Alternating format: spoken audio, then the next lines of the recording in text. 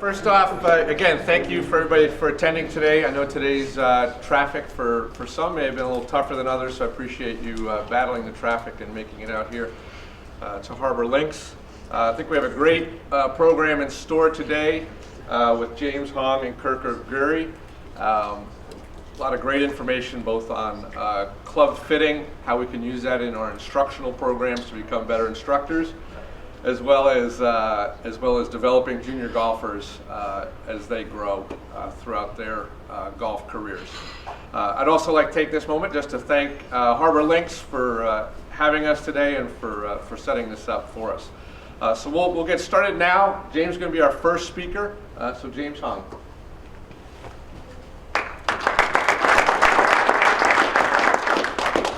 Thank you all for coming here today. I appreciate seeing you all, and I thank y'all. Where'd that come from? Nice start. Thank you to the Met PGA and Kirk for asking me. And as some of you can see, we are two different people. We are not the same person. And if you're still a little bit confused, his colors are a little bit brighter. I am about 6 inches shorter than him. So when we put on our jackets, we actually wore the same jacket. So. So what I'm going to start with here is I've been to a lot of seminars, and what I noticed when I've been to these seminars is that when they talk about the business side of it, it's always kind of shoved off to the very end. And I think particularly when you're talking about junior golf, because it is something where it's very personable, one-on-one. We are in a service industry that it's almost like it's a taboo subject. How do we make money? And so I like to bring that up first because the reality is why are we all in this business? Why are we all in golf? Because we love the game. Some of us have professional aspirations, and some of us are in teaching full time. But we're in this because we love the game, from children all the way up to now. And so I think what we're all very good at is that we pass that along to our students, especially the juniors. And I think the mistake that some people make in this business is that, hey, I want to be successful. I want to make a lot of money. I want to be able to support myself. Hey, why don't I go into junior golf? Because that way I can make more money. And I think that's the wrong way to look at it. I think it's the other way around. I think that if you look at yourself and you try to be the best instructor that you can possibly be, that's something that I do. I look at education. I try to make myself better every day. I ask guys like Kirk questions all the time. And yeah. Right? And try to just look at it as I know nothing and I'm trying to get better. And as a result, I carry that over into my programs, the ones that I teach, that in itself will create success. And people will see that. I have 2 kids, I'm a parent, and I can see the BS meter whenever I'm signing them up for somebody. Whether it's swimming classes or something like that. They're happy that they're seeing me write the check out to them. And so I think probably when I'm doing something like that, I'm very conscious of that. I want the parents to know that when they're signing their kids up for one of our programs, that I'm treating their kids as if they're one of my own. And I think that's very important. So in this first slide, this is Andrew Wood. Does anybody know who this is? People know who he is? Marketing guy, right? And he has a passion for golf. So he likes to market himself as the marketing king of golf. And what he did is he put out this blog one day about get your kids playing golf. And it was a beautiful blog.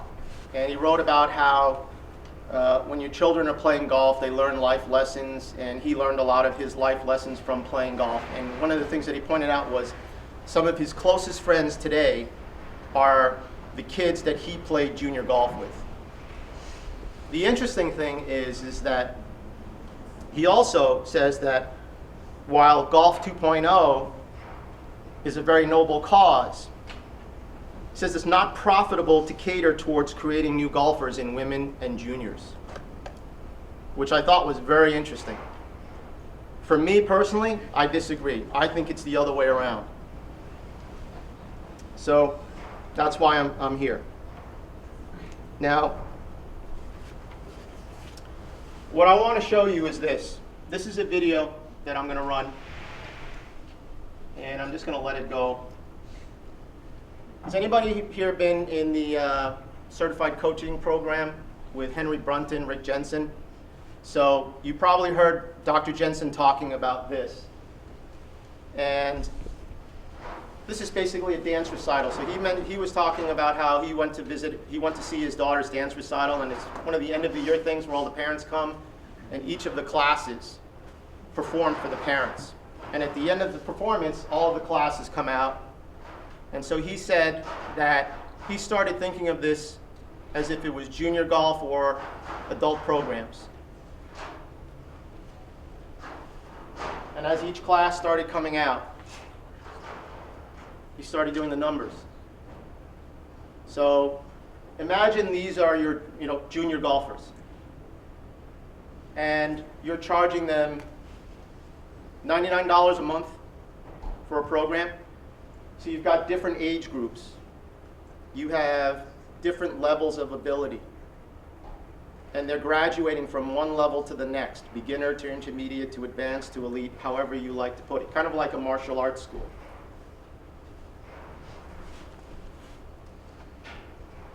So let's say, what did I say, $99 a month?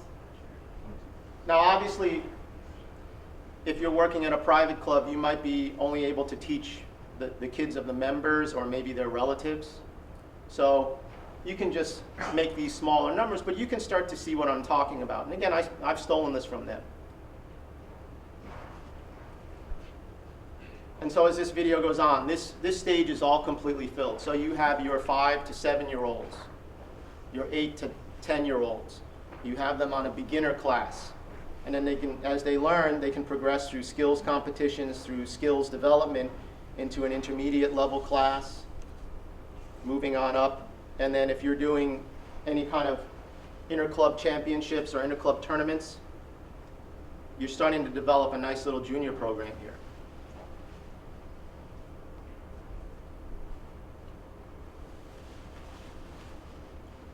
So this is something that you want to keep in the back of your mind. Every parent that loves their children will do almost anything for their kids. Now, we have to be careful with this because what I believe is this is a sacred relationship. And as I mentioned at the beginning, yeah, we'd love to be able to pay our bills, but we don't want to take advantage of this, not at all. So again, I emphasize when you're working with juniors, treat the kids as if they're your own. Think about it like you're their father, you're their mother. If you were signing them up for one of your programs, what are you looking for? What do you want out of the program? And I think that's a good start for you in terms of how you're going to put your programs together. Or if you already have programs in place, how you might want to reorganize them, or you might already be doing this, okay? But I think this is very important. Be creative, all right? Again, it's play. So let's see here.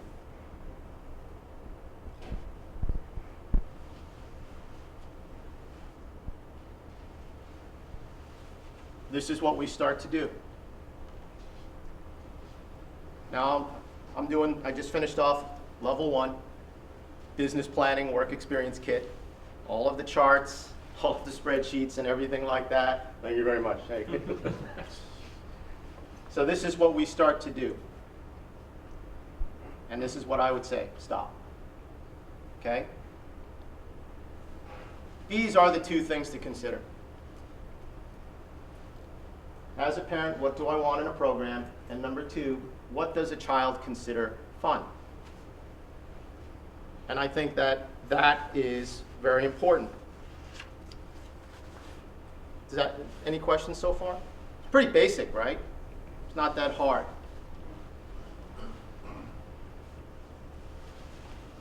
So who do you want to teach? And it doesn't have to be only one group. You may decide you want to teach preschoolers. Maybe you want to teach beginners ages 8 to 11. Maybe you'd like to start up a program for your elite junior golfers, tournament program, something like that. That's fine. You want to create a comprehensive program? That's sort of what I believe in. Because when you create a comprehensive program, you're basically building something for the long term, not just for this coming year. And for those of you that know some of the kids that I teach, it's not like that I'm teaching kids that are shooting 7 under par or are ranked top 10 in the country. But the kids that I've been teaching have been with me for 5 years, 7 years. I think I have one boy who's been with me for 9 years now. Right? And does that mean they're here 3 times a week? No. Might see them once a month, once every 2 weeks, something like that. But it's part of their evolution, so to speak. And as I mentioned, they start to get a sense that, yeah, if I really like this, as I start to like it better and I like being here, they start to ask, well, how do I get better? How do I move to the next level? And that's kind of what I'm trying to get across to you guys today. So we go to the next slide. Yeah. So where are you located? So those are some of the options that you have there. Well, staffing. But let me just bring up the private.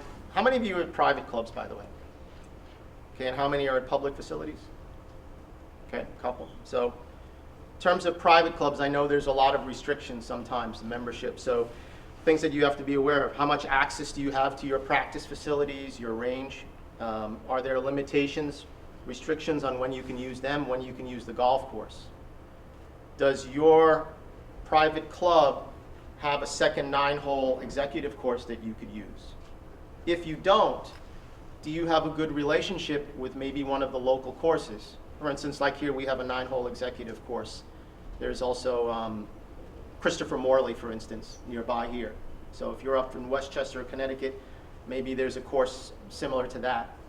Is maybe you're building a relationship where you could bring some of these younger kids out there for one of the instruction programs.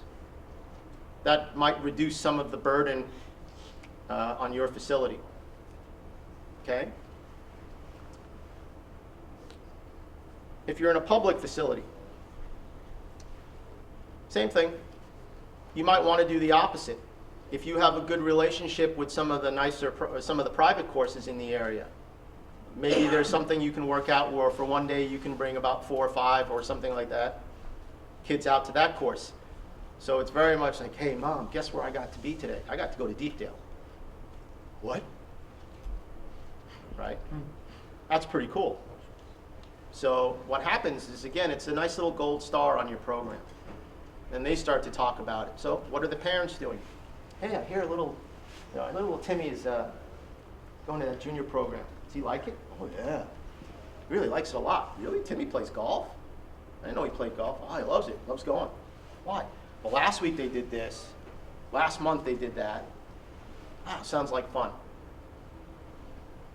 Peer pressure sometimes. They go, maybe they all signed up for one program, and at first that child wasn't interested in playing golf. Golf's boring, I don't want to do it. Guess what? They come back a week later. Oh, I love that camp. That was awesome. Now all of a sudden, hey, Mom, I sign up for that? Okay? So those are little things that could be potentially very, very valuable for your program. Now, if we're going, let's see. This is very important. This is something over the last couple of years I've been a little bit more involved with. So, safety and liability. So I know that the PGA members and apprentices are covered, liability insurance and whatnot, but just make sure liability insurance, disability insurance, because you never know. All right, safety issues. Either you or somebody on your teaching staff needs to be certified in first aid. Try not to rely on someone inside. Pro shop staff or kitchen staff. Hey, I heard so-and-so in the kitchen is first aid certified. He can do this. She can do this. Try to get yourself or one of your teachers certified. Very important. Any questions so far? Now, also on your cell phones, make sure emergency numbers are on speed dial. Obviously, we know how to dial 911, okay? But local fire department, local police, anything, all right?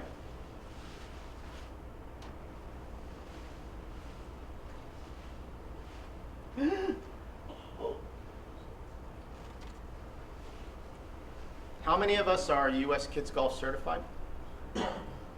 A lot, okay? Those that are not, have you considered doing it? Right? It's pretty good. Oh, by the way, if you are U.S. Kids Golf certified, feel free when they're back in the area for one of their seminars, their certifications, to re-attend it, because they're always updating their programs. Now, encourage your staff. Education, right? There's a lot of seminars out there. I know, on some of the Facebook forums, that's the question that pops up from occasion. What's a good certification for me to go to? And a lot of them are very expensive, right? It's like $700, $800, $900, and more for a 1-day or a 2-day program.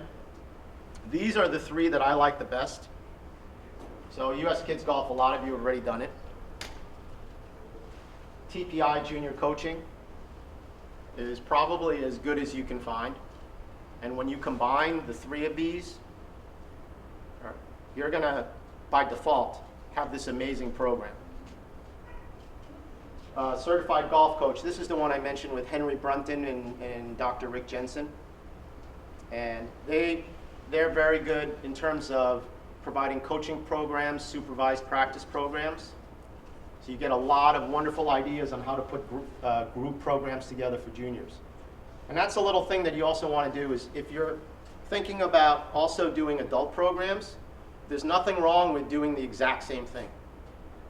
Just changing the age group. So you have a program for 6 to 8-year-olds, and you have another program for 23 to 27-year-olds. They actually work pretty good. Does anybody here use Snag equipment? How many of you are using it for adult lessons? It's pretty good, actually. I like it a lot. So, especially the snapper, all right? Parents get, or the adults rather, I say parents, but adults get obsessed by it. They love this stuff, okay? So, education is very important. Aim point. If you're into aim point, I think it's a great opportunity for you. You don't have to necessarily get certified by Aim Point. One of the nice things about Aim Point Express, for instance, is you can get one of the certified instructors in the area. I think ours is John Hobbins, right? Have him come in and do a clinic for your juniors. He's excellent at that. If you've ever seen him run a clinic, okay, so that's a great opportunity for you to again, advance your program. So, some common issues you're going to have when you have a junior program. Parents, long-term development, frustration, teen angst, and equipment. So, we talk about parents first. I'm going to run this here.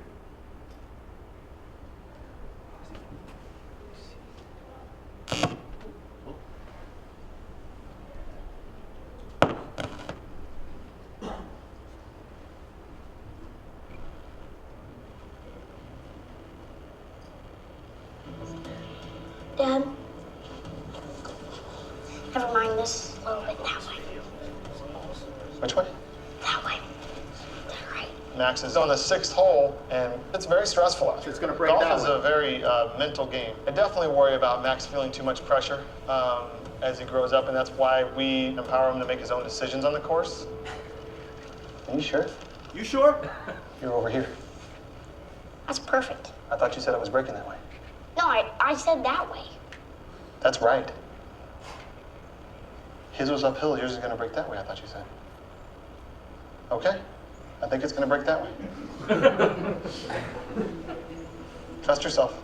Oh, trust yourself. Oh, okay. Go ahead, trust yourself. If you think it's going to break... No, you're right, Dad. You kept saying left the whole time. Is it going to break right or left?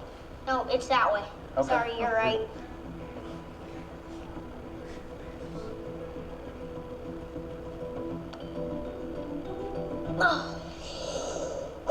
Sometimes, whenever Max misses a shot, he looks back at me kind of like, you know, what happened? And I've been trying to work on, as part of growing with him, to make sure that I just say, you know what, that's going to happen sometimes, and let's move on and let's think about the next shot and forget about it. Hey, you got this today, okay? Okay? You were putting lights out on the putting green, okay? Things like that happen, and we move on. And then he reminds him what he was like on the putting green. Hey, look, just be confident here, okay? I know I am confident. Look, you're playing good enough golf that you should be 2 under right now, okay? Okay. You're playing fantastic golf. Trust your putting. Okay.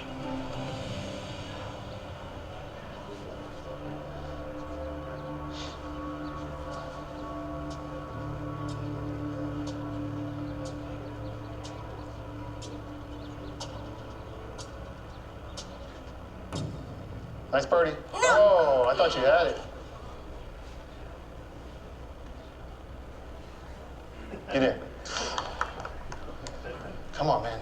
Let's not do that anymore, okay? Okay. How many of you have to deal with that a lot? Right? Actually, no, I deal with it a lot. So you could see how the parents, a lot of them mean well, believe it or not. But so create parental educational opportunities. All right? Have times where you're going to meet the parents, whether it's one-on-one or it's as a group. Again, if you go to Positive Coaching Alliance, that's part of the U.S. Kids Golf certification. You'll see a lot of great ideas there. It's a great website to go to.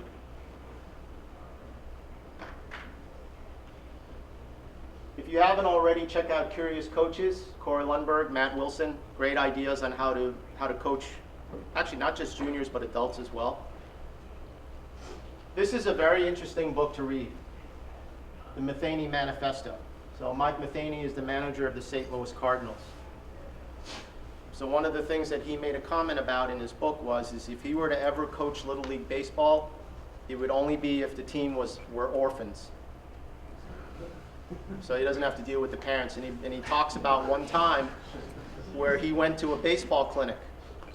And it's him, and it's also other professional baseball players. Some of them were names, stars.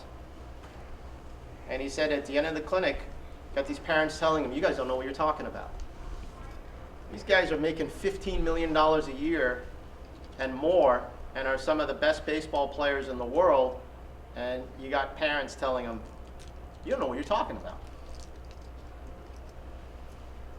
So parent-teacher meetings are very important, especially for the kids in your program that are a little bit more serious, right? And it gives you a chance to kind of give progress reports to the parents as to what you're working on and what you think that they need to progress, all right?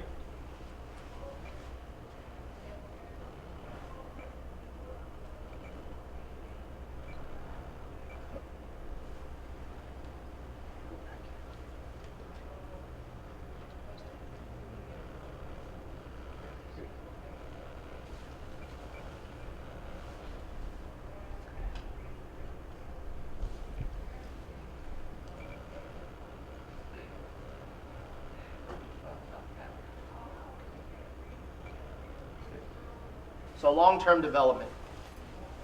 Sorry about that.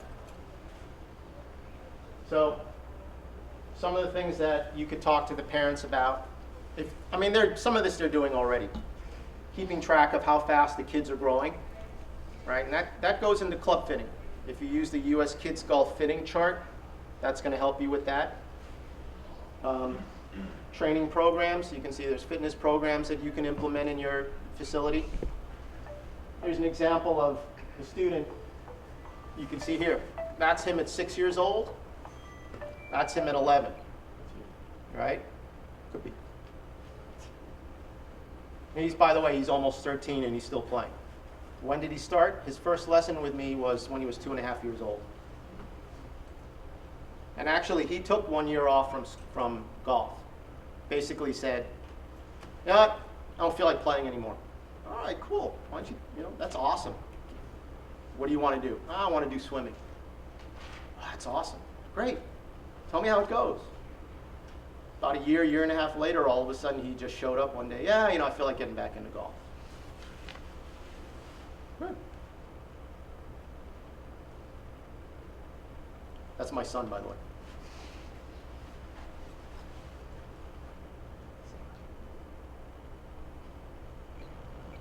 Taller. Growth spurts. Something to be aware of, right? When the kids are going through the growth spurts. You ever have those juniors that you're teaching where maybe you saw them once and then you see them like 2 weeks later and they look like they're 3 inches taller? All right. So some of the things that you need to be aware of: sudden awkwardness, loss of flexibility, reduced coordination. If they're competitive juniors, lower their tournament regimen. So if they're doing something like AJGA tournaments at that period, you might want to tell them to take it easy, right? Maybe play more local stuff, all right? And then, because all of that stuff that they're feeling is temporary. Their body is growing faster than they can adapt.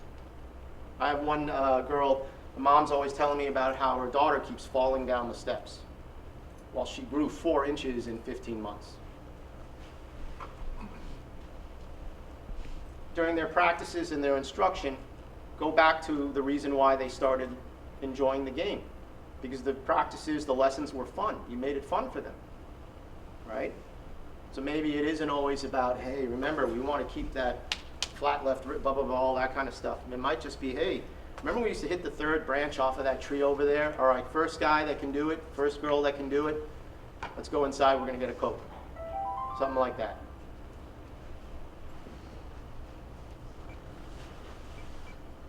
Some TPI information. Again, if you're interested in signing up for TPI certification, this is some of the info that you'll get from them, and it's very helpful. So, speed windows, basically the times when you can train them for speed. And this is the stuff that maybe you're doing agility exercises, you're having them swing lightweight clubs or alignment rods, all that kind of stuff. This is a good thing for you to do.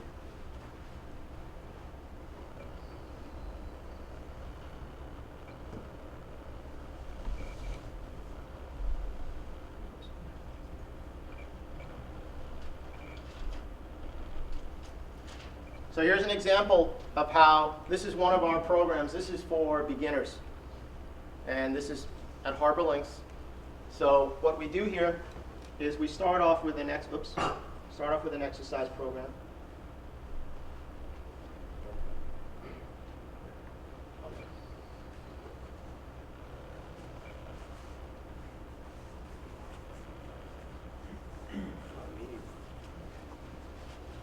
So these videos aren't playing for some reason, but this one here, what they're doing is they're doing balance drills. So we have balance pads out there, seesaws, mini seesaws, so they're working on balance, agility, coordination. After they're doing this for a little bit, they move over here, and what they're doing is they're playing kind of a modified tag game. And what they're wearing, what 2 kids are wearing is they're wearing the strap that's attached by Velcro. And so what happens is I yell, go. He starts running. My job is to keep up with him and not have the straps pull apart. So he's cutting, moving, trying to shake me, and then all of a sudden I'll go, switch. Now all of a sudden I'm the one trying to break away from him. So there's speed training, agility. And then we go to the instruction part. So in between the two here, we probably spent about 10-15 minutes working on a couple of things. And what we worked on in this particular session was balance at the finish.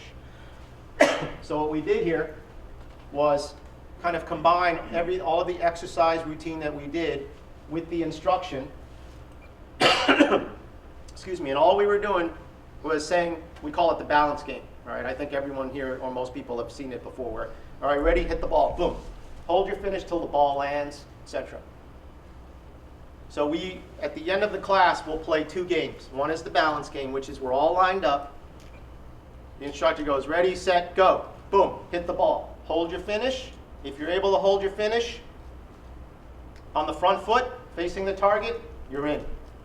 Doesn't matter if you miss the ball. That's really important. It doesn't matter if you hit the ball. And that will be the first question you get. What if I miss? It's okay. You're still in. Right? You can hit the best shot of your life, but you're like this, you're out. And so what happens? Quick question. Yeah. You know, and I don't know if anybody else in this room has had this experience. You know, I've done stuff like this with my junior program and/or with, you know, going over rules, and I've had parents come up to me and they don't like when I do stuff like this or go over rules because Right. I think it has nothing to do with learning how to play golf. Right. If anyone in this room has had that happen to them, like, how do you respond to a parent? There's a couple of ways. I mean, I know the TPI way is, well, I'm sure you could find another program down the road that you would appreciate better.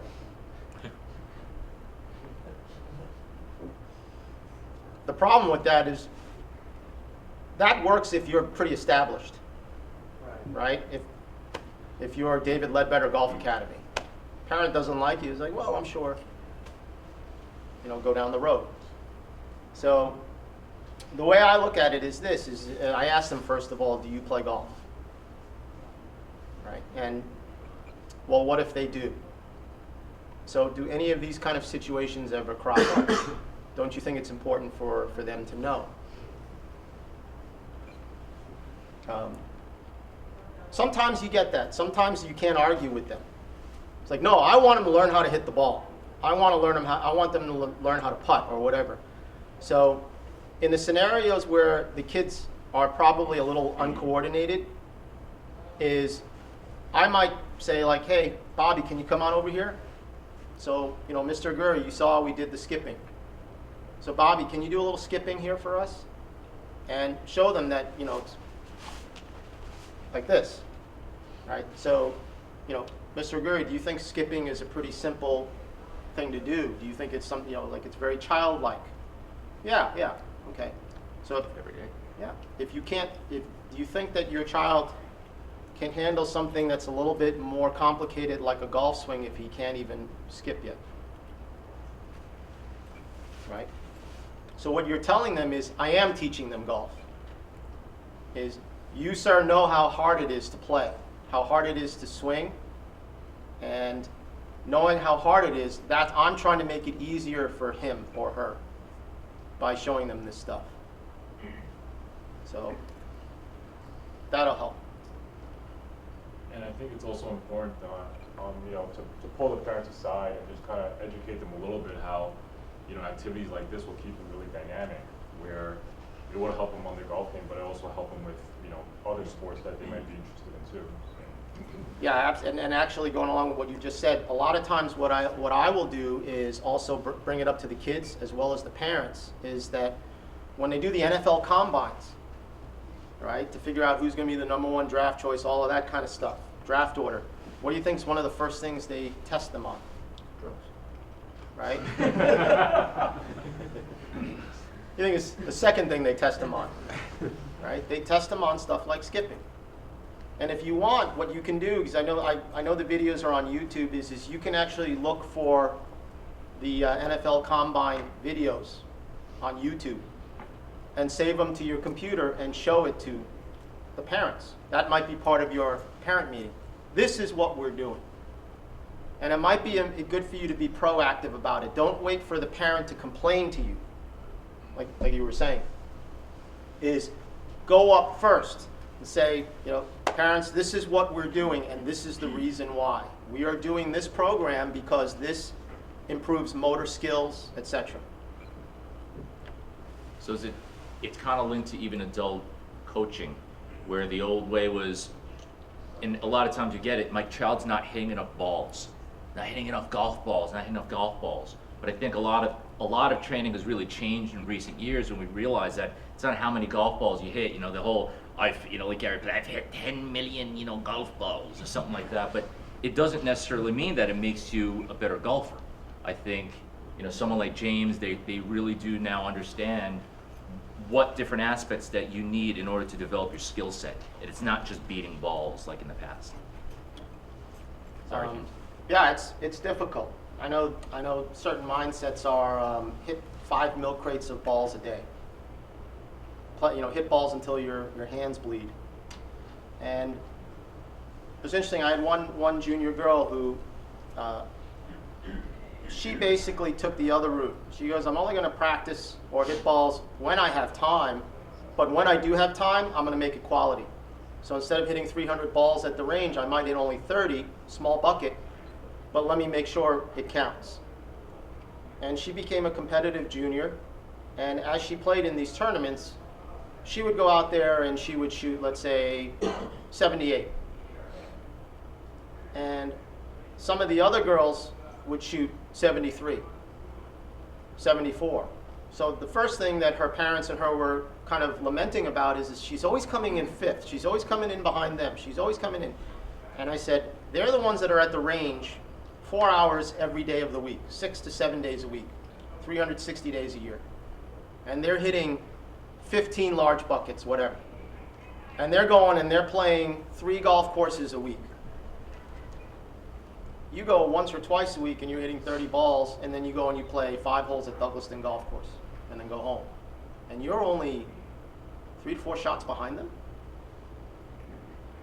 How are you enjoying your life? You having fun going to your friends' birthday parties and everything? Yeah, yeah. You have a date for the prom? Yeah, yeah. How are they doing? Oh, they're miserable. Okay? She got a scholarship to Georgetown. So it isn't always the quantity, it's the quality. Right? She understood, I don't have to hit 500 balls to be a decent player. Does anybody struggle with that sometimes? With some parents or some juniors? Like, constantly fighting you? Happens, right?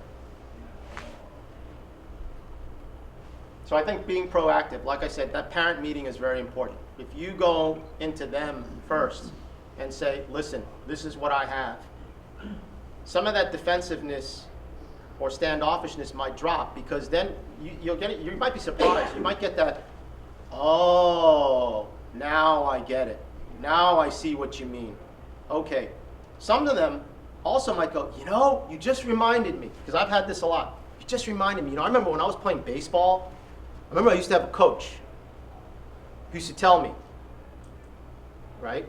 You're kind of opening up those little memory banks, and suddenly the person that was giving you a hard time is now your best friend. Teenage angst, your empathy radar must be on at all times. Okay, this is important because we were all teenagers. The world is coming to an end. Nobody understands me. I'm the only one suffering, right? So this is a good thing for you to do some research on. I like kind of once in a while looking through some blogs. How do you deal with situations like this? A lot of it is because like I said, I have a 12-year-old, almost 13-year-old son. So it's not just for the junior programs here, it's also for parenting.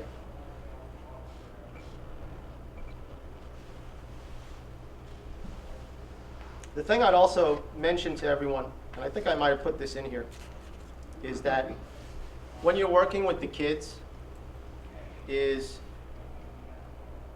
what do we remember about our old golf teachers? They used to tell stories, right? Make that part of the lesson.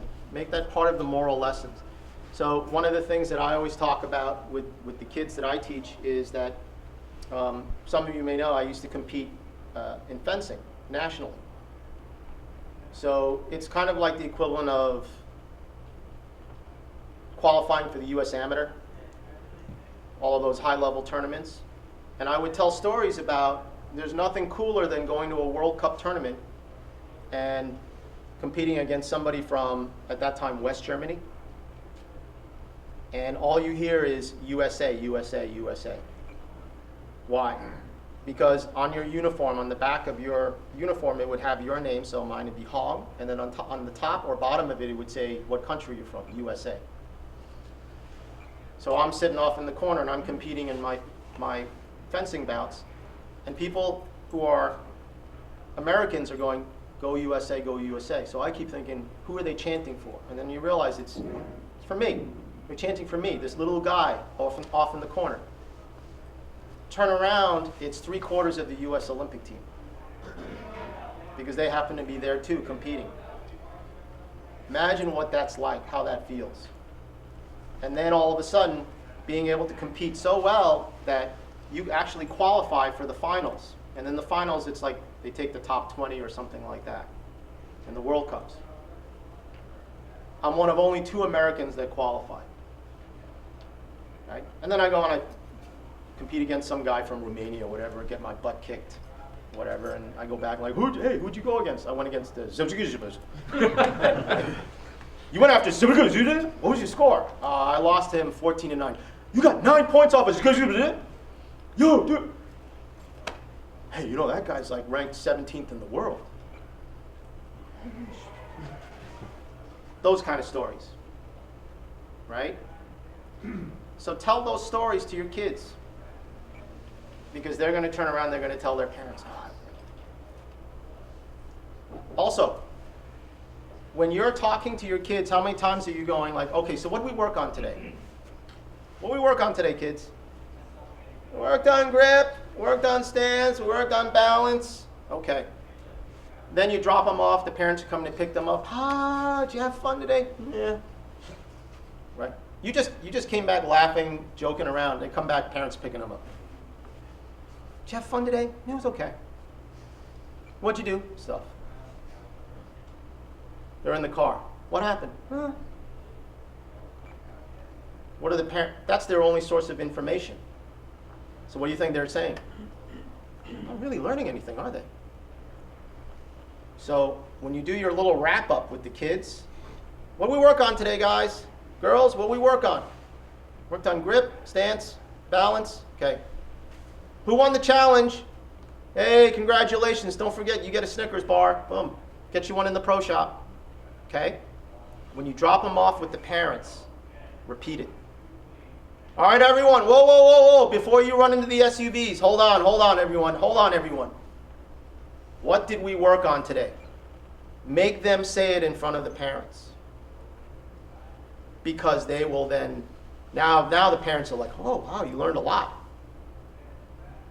That's really important. Again, that's part of the communication. Another thing that I do is V1, do all of you have V1 golf? V1 programs? So you can send videos, right?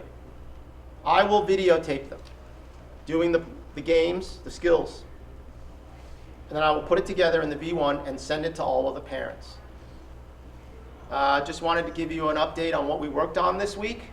Today we worked on pitch shots, and I talked to them about the face of a clock, right? And you can draw the face of the clock in there. So I wanted them to feel like they were swinging 9 to 3. Doesn't really matter if it's really 9 to 3, as long as they kind of feel like they're doing it, and it's repeatable. If it's repeatable, they're going to get the same results, hopefully. By the way, who's watching these videos? Parents. What are a lot of those parents? Golfers. What's also going to start filling up? Your adult lesson book. Yeah, I liked what you said about the pitching with the clock. You know, I remember reading about that somewhere, but I never quite got it. You give lessons to adults too? Of course I do. So, oh, when are you free? You can get some lessons that way. Even if the parents never sign up for a lesson, the fact that they're getting info, who do you think they're showing that video to? Other parents. Look at what Tyler put together for us. Look at what he's doing in his program. Wow, that looks really good. So send them videos. You don't have to use V1. You could use others like Edgify and whatnot.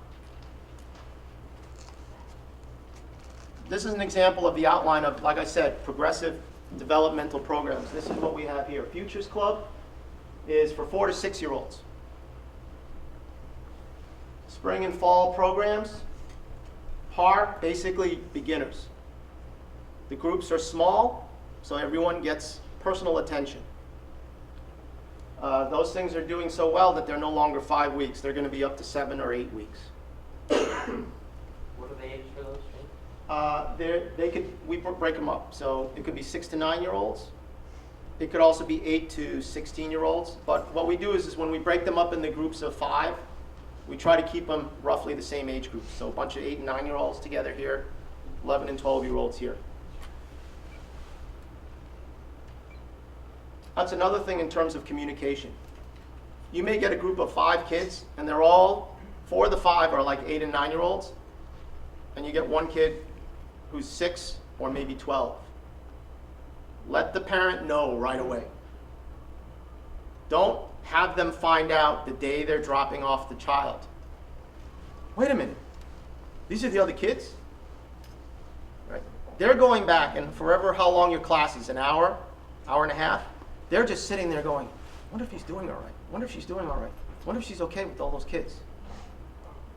So let them know beforehand, hey, Mrs. Johnson, I noticed your daughter is 12. Well, the other 4 kids in the program are 8 and 9. Is she going to be okay with that? Or she's the only girl in the group. He's the only boy in the group. Is that going to be okay? Yeah, he might be. She might be a little uncomfortable.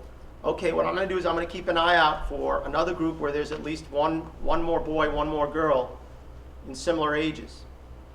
And I'll see if I can transfer then. Oh, could you do that? We would really appreciate it. Customer service.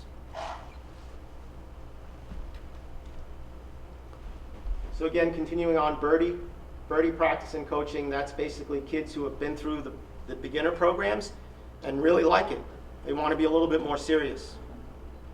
And then from there, elite programs, summer programs, everyone has summer camps.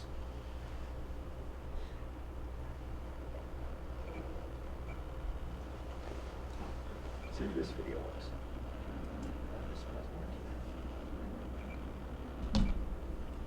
So you notice it's a reverse pyramid. So this is basically the way I'm looking at it. And you can see how this could be a long-term program for anybody. And as a parent, I know that if I ever sign my children up for something like this, this is going to be eventually part of their routine, their monthly routine.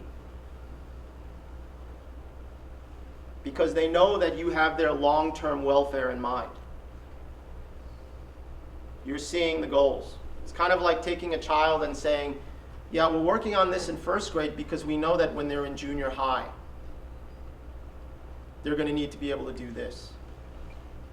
Right? Or junior high, well, this is very important for them to know because, once they get into high school and they become a sophomore and they got to worry about SATs and everything like that, this is the foundation for that.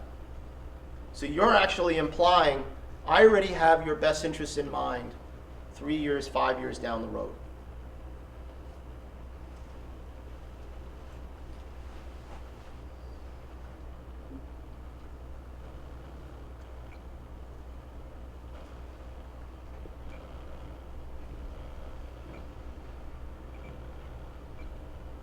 So finally, be creative with your games, your developmental programs. So what you're doing is keep those instruction parts really short, right? Because attention spans are short. Focus on 1 or 2 specific things. When you're doing that, come up with a game that emphasizes that skill that you were working on and put a name to it. Because what will happen is if your juniors really like it, the next time they show up, or even at the end of the day, what are they saying? Can we play that again? Can we play that game again? They show up. Hey, first thing, hey, Bob, we going to play that game that we did last time? Well, that game versus, can we play the balance game? We going to do that again? We going to do that? What's going to be the prize this time? They really want to be there, don't they? So come up with a name for it and make sure it emphasizes and reinforces whatever it was you were working on. I talked about galvanizing, right, the stories. Understanding eye contact and face. Right? You get a lot of kids who are used to this now, right? So when you're talking to them, let them know that you're looking at them. And don't be afraid of saying, look at me, right? Look at me. You don't have to look at me, maybe look at my nose. And just let them know that it's important. Ask them, what did I just say? So I want you to get your feet a little bit closer together. I want you to feel like you've got a little bit more weight on your left, like this, sort of a leaning Tower of Pisa. All right? And just a short motion. Got it? Yeah. Okay. What did I just say? Paris, or Italy. Something about Italy, and all right? Just emphasize. Have them repeat what it was.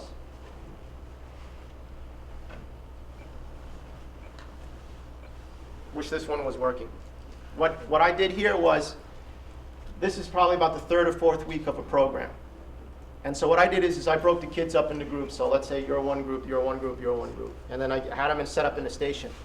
And I brought up to them, what were we working on the last 3 weeks, kids? Right? We worked on this, we worked on this, they remembered. Awesome. Okay, you know what you're going to do? G-Man, you're going to hit 3 balls. While you're hitting 3 balls, 2 of you are going to be his teacher. Of the things that we worked on, what are you noticing he's doing well and what does he need to work on? So what these kids are doing here is while Connor over here in the red on the corner is hitting balls, these 2 are going like, you're cocking your wrist too much. You're doing all this stuff. Remember, you're supposed to be, we just want to sweep the, oh, they're going on like this. They're ripping them apart. What's cool about this video, he turns around and he goes, I'm not working on that. I'm trying to hold my finish. So.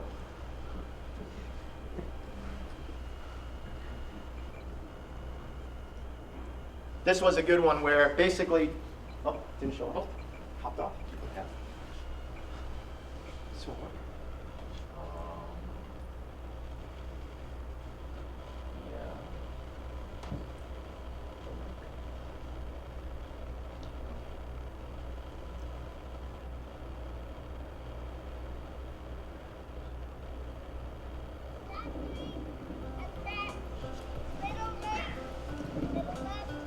So the target green is broken up into different spots. What number of points do you want to go for? Different points in each spot.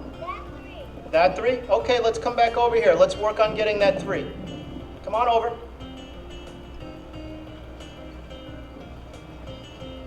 So let's try to get 3 points there.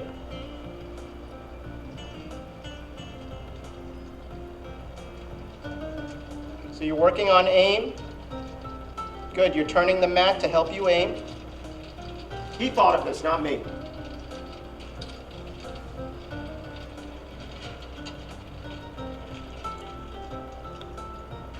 Okay, so what number are you going to try and get now? 20? Let's go for 20. Now he knows how to work on aim.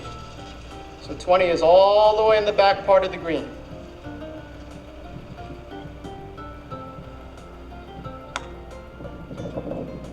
And you got it. 20. Go.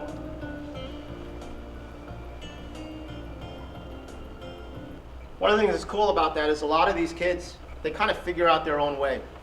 They take what you show them and they'll come up with their way. Him using that board to hit off of, I just told him hit off of the board because the grass was so thick at that point that he wasn't strong enough to hit the ball out of the rough. So we put the board down, and all of a sudden he just kind of looked at it and started using it to aim. What are you doing? It's helping me aim. Oh, cool. Right. As soon as he said that, I was like, oh. Right?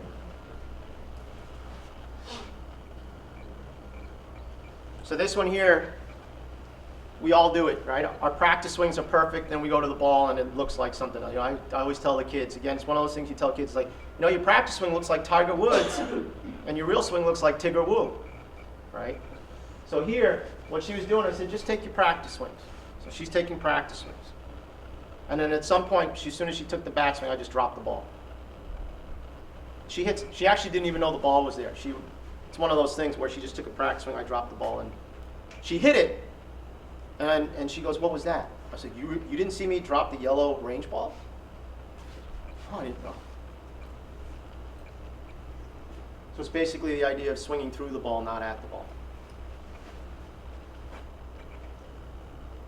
This was the video that I sent to the parents about pitch shots. Technology. It's up to you whether you want to use it or not. Now, a couple of games. Has anybody found games that they really like? That help them?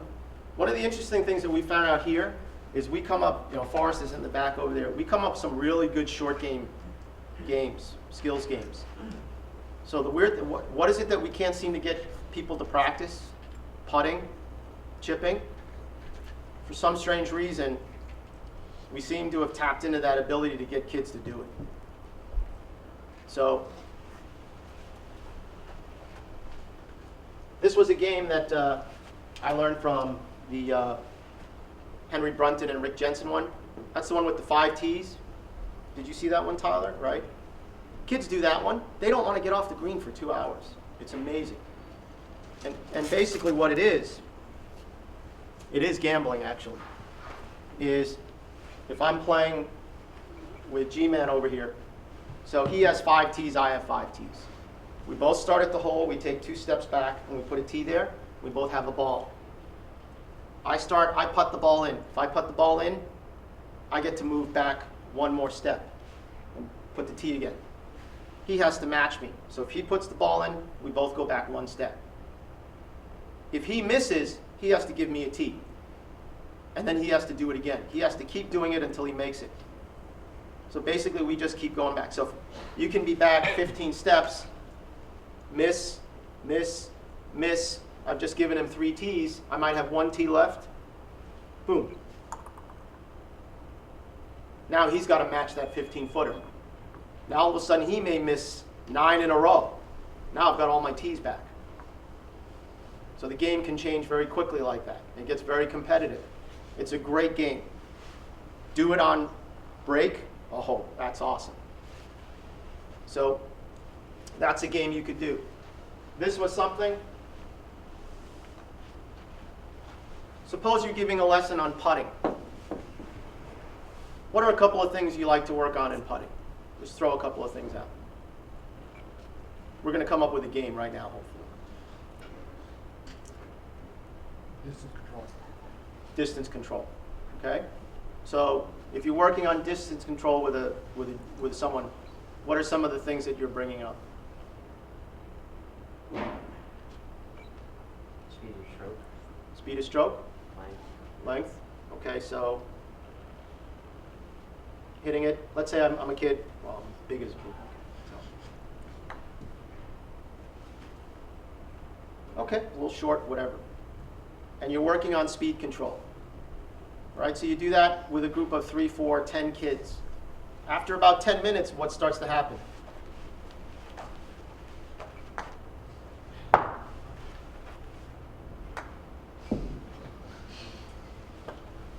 Getting bored, right? So play a game. Okay, everyone, let's come on over here. You could use alignment sticks, you can use cones. So you could put a couple of cones out there. If you want to work on alignment, aim, maybe you're putting them closer together so the ball has to roll in between them as well. So the idea, it's similar to like putting clubs on the ground and chipping to that club. Right? So maybe what you're telling them is, all right, if you can get it in this zone right here, that's 1 point, 2 points, 3 points, 4 points, 5 points to a hole. And then if the zone right before the hole is, let's say, 5 points, maybe if you get it in, it's double that. So 10 points if you get it in. Okay? Another 5 points if it's a foot past the hole or shorter. Anything past that, -5. So now you're really talking about distance control. Right? Because now they're thinking like, well, this is worth this amount, this is worth that amount. We're going to get more points as we get closer. And we get double the points if we get in the hole. Oh, but don't forget, the ball should only roll about a foot past the hole. So if it rolls a foot past the hole, we still get 5 points. But if we roll it 6 feet past the hole, it's -5. Does that make sense to everyone? And name that game. Maybe what you do is the kid who's really good at it, name it after him. The Jordan game. The Shear game. You see how good he was with that? Man, you know what? Don't be surprised if you find out the kid who had the shortest attention span is really good at that game. Just wanted to be stimulated. So name it after him. Name it after her. Now that you've got a name for it, hey, that Shear game was really good. Can we play that next time? Absolutely. Does that make sense? So that's just a small example of what you could be doing. And I know there's a lot more topics that I could be covering, but hopefully I've given you a little bit of insight in what you could be doing with your junior programs. Does anybody have any questions? James, do you keep any records, stats on your students? Yes, I do. I keep stats, especially, like I was talking about, the kids are graduating from one level to the other. So in that sense, you do have to keep stats. So I might keep it very simple in terms of from 15 feet, can you get it, it could be anything. It could be like, how many balls does it take you to get 5 inside of a 3-foot circle or in the hole? It takes me 15. Okay, what's your goal for next time? Get it less. Might be the other way around. Can you get 2 in a row? Here's 3 balls. Can you get 2 out of 3 inside of that circle or in? Right, some variation of that. But definitely stats, yeah. With graduating to different levels, is it purely a golf component evaluation, or is there also physical aspects? I know you said you did. There's some physical aspects to it. For me, what I'm trying to do is I'm trying to get them to understand that even if they quit golf today, that's another way you could look at it. Even if you quit golf today, it still carries over. So they might decide to be a tennis player tomorrow, volleyball player. That aspect of it is still in play. It might be even more intensive. So always emphasizing that it's part of it, but not necessarily saying, well, you didn't do enough push-ups, so you're still in level 1. Do you have standardized tests for when they move through the programs? Like they start, like you test them, they go through the program, you test them at the end to see if they're ready to move to the next Yes. level? You do? Yeah. How long do those tests usually take on average for the student? Usually takes 1 session. Can you inform the parents that that's what you're going to be doing for that Oh yeah, particular session? yeah, I send it to them. Yeah, and again, the parents want to see report cards. They want to see status reports. You mentioned like 5 is a number you use for one of the groups. I think it was The beginners, yeah. Is that typical like a ratio, student-teacher ratio that you strive for? Do you have bigger groups? Or We have bigger groups. Yeah. Like, you could be as many as 7, 8, 10. It's all a matter of what you feel fits within your safety protocols. Mm-hmm. Like all of us here at Harbor Links, we've been teaching for years, so we're pretty good about keeping an eye on things. Right. But yeah, I'd say 5's a good number, 7, 8 is a good number. Right? That's not to say you can't have a class of 20. That's okay too. But obviously, you want to make sure that you can keep an eye on it. Like if I had a group that's this big, my biggest concern is, the first thing I'd be teaching everyone is all right, everyone, clubs are down. Remember, these are not toys. They could hurt. And go through a whole thing of like, also this area, lacrosse, right? So I'm standing there like, how many of you know what I'm doing? Oh, you're cradling. Oh yeah, okay. So anyway, oh, sorry, was that your knee? Right? They kind of get a good idea of what's going on. Or I might be going, yeah, so I've noticed like the other day when we were working on chipping, as soon as I mentioned, I just want you to take these, I suddenly saw 7 kids doing this, and you're walking around, and so, you know, you never know. All right, Forrest has heard me give this speech 90 million times, and one of the things I always talk about is, usually the first person that thinks it's funny when they're talking about injury is the first kid that gets hurt. And also what happens, it's usually your best friend or your sibling that hurts you. Not on purpose, but it's always because you're near each other and you're always bugging each other, right? So just kind of safety measures. How much is too much, you would know. We've been using U.S. Kids levels for the Right. last 3 or 4 years. So if anybody's looking for different levels for their kids to measure them, and U.S. Kids has it all worked out. Oh, it's awesome. It's great. Yeah. But when you get 3 or 4 years into it, it's a little monotonous to some of the kids, Yes. and it's. That's a great point, is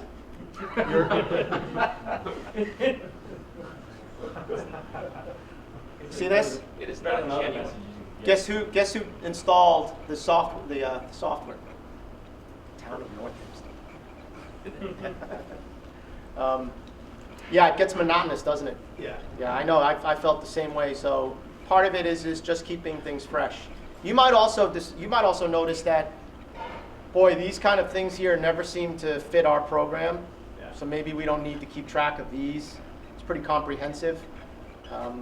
If you have a program where the kids predominantly, they're just doing golf because they like it, it's fun, they like playing with dad and grandpa and mom, but maybe their highest goal is, maybe I'll make the high school team, maybe, not sure, is you may not have to be so strict or didactic with how many skills you're testing. It might be good enough to just put a 6-foot circle around a hole and say, like, you know, how many does it take you to get 5 balls in the hole, in the circle, right? As long as you can do it in 10 balls or less, you pass the test. Right? If you've got a high-level junior, you're going like, I want 3 in. Just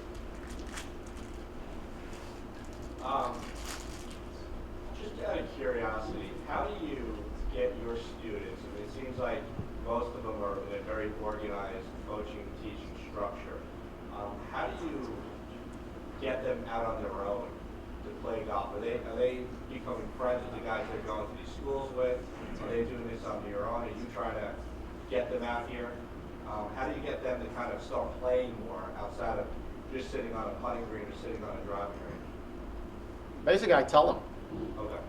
Yeah, I mean, it's like, what good is it do? Hey, I'm so happy you just made 50 5-footers in a row. What are you doing it for? Are you educating the parents, though? Yes. Okay, you are. Get them out. Get them out. Okay. But remember, that also is the other way around. Sometimes the parents they need to play 5 times a week. Right? Now, if they're members at the club, it's probably just like going to the gym, right? So it may not be so bad. But it's a question of whether does the kid want to come, or is the kid giving you signals that I'm really doing this because my parents are telling me I have to. So I have one student who I'm trying to get the parents to lay off of her. She hasn't gone on a family vacation since she was 11. She's going to be 15 soon. That's ridiculous. And again, it's one of those things where I've told the parents is you're really heading towards trouble.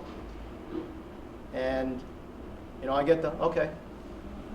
It's never an argument, but it's like I said, I'm telling you, you're going to need this, you're going to need this, you're going to need this.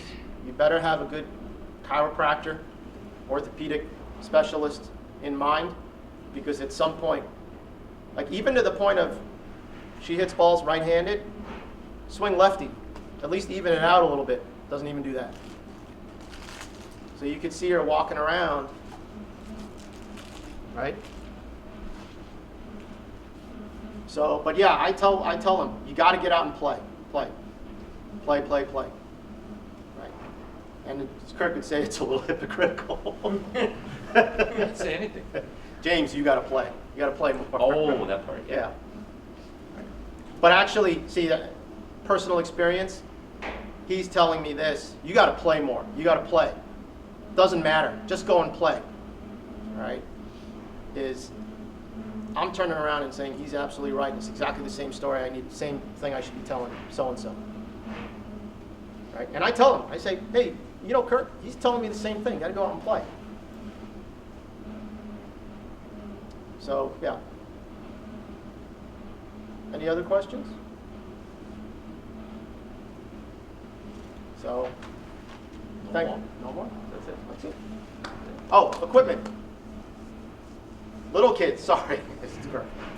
The U.S. Kids Golf measurements, they're about as good as you could find for the younger kids. The clubs are lightweight. When they break, they're warranted. All right, so at the very least, I would see if I can call up U.S. Kids Golf and get that measurement yardstick to measure your juniors and be able to order those clubs. And watching how they swing, like they come in with like Walter Hagen irons that they got at Golfsmith or something, and they set up there and I just got these. Okay? and then you give them the same club that fits them, US Kids Golf, and they stand there, and you'll see it on the very next swing.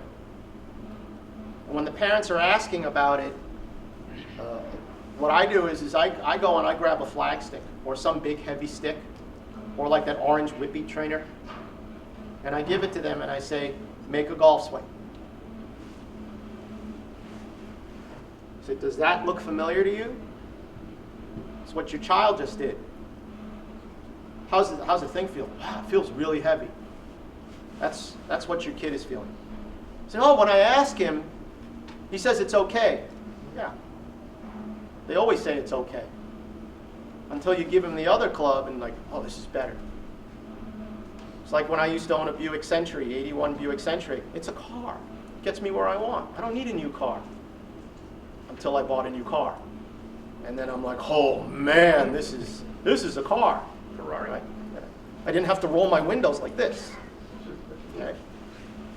So that's good. However, you get to a certain age, the Tour Series clubs, we've had the discussion and he's going to talk about it.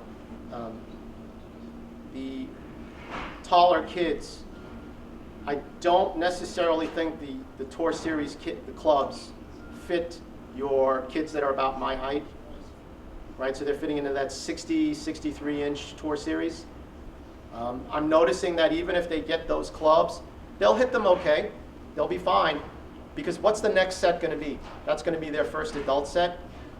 That transition from that last Tour Series 63-inch club to the first adult is a really, really difficult transition. The transition from any of the others is relatively simple, but that's a huge one. And he's going to talk about it because of the weight of the club. So thank you very much.